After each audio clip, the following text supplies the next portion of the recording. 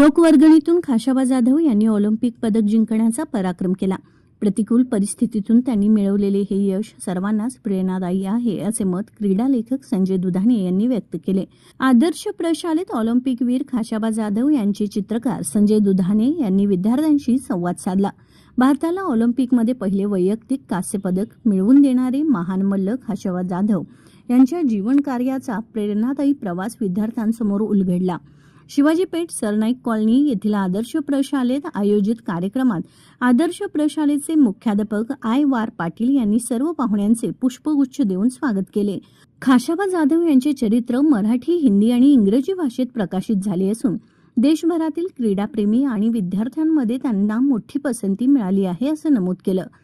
खाशाबांना पद्मविभूषण पुरस्कार अद्याप न मिळणे ही देशाची शोकांतिका आहे, असे संजय दुधाणे यांनी यावेळी आपलं मत व्यक्त केलं. न्यायालयाच्या निर्णयानंतर तरी खाशाबांना पद्मविभूषण पुरस्कार देऊन त्यांच्या अभूतपूर्व कार्याचा गौरव केला पाहिजे, असेही आग्रहाने त्यांनी शेवटी नमूद केले.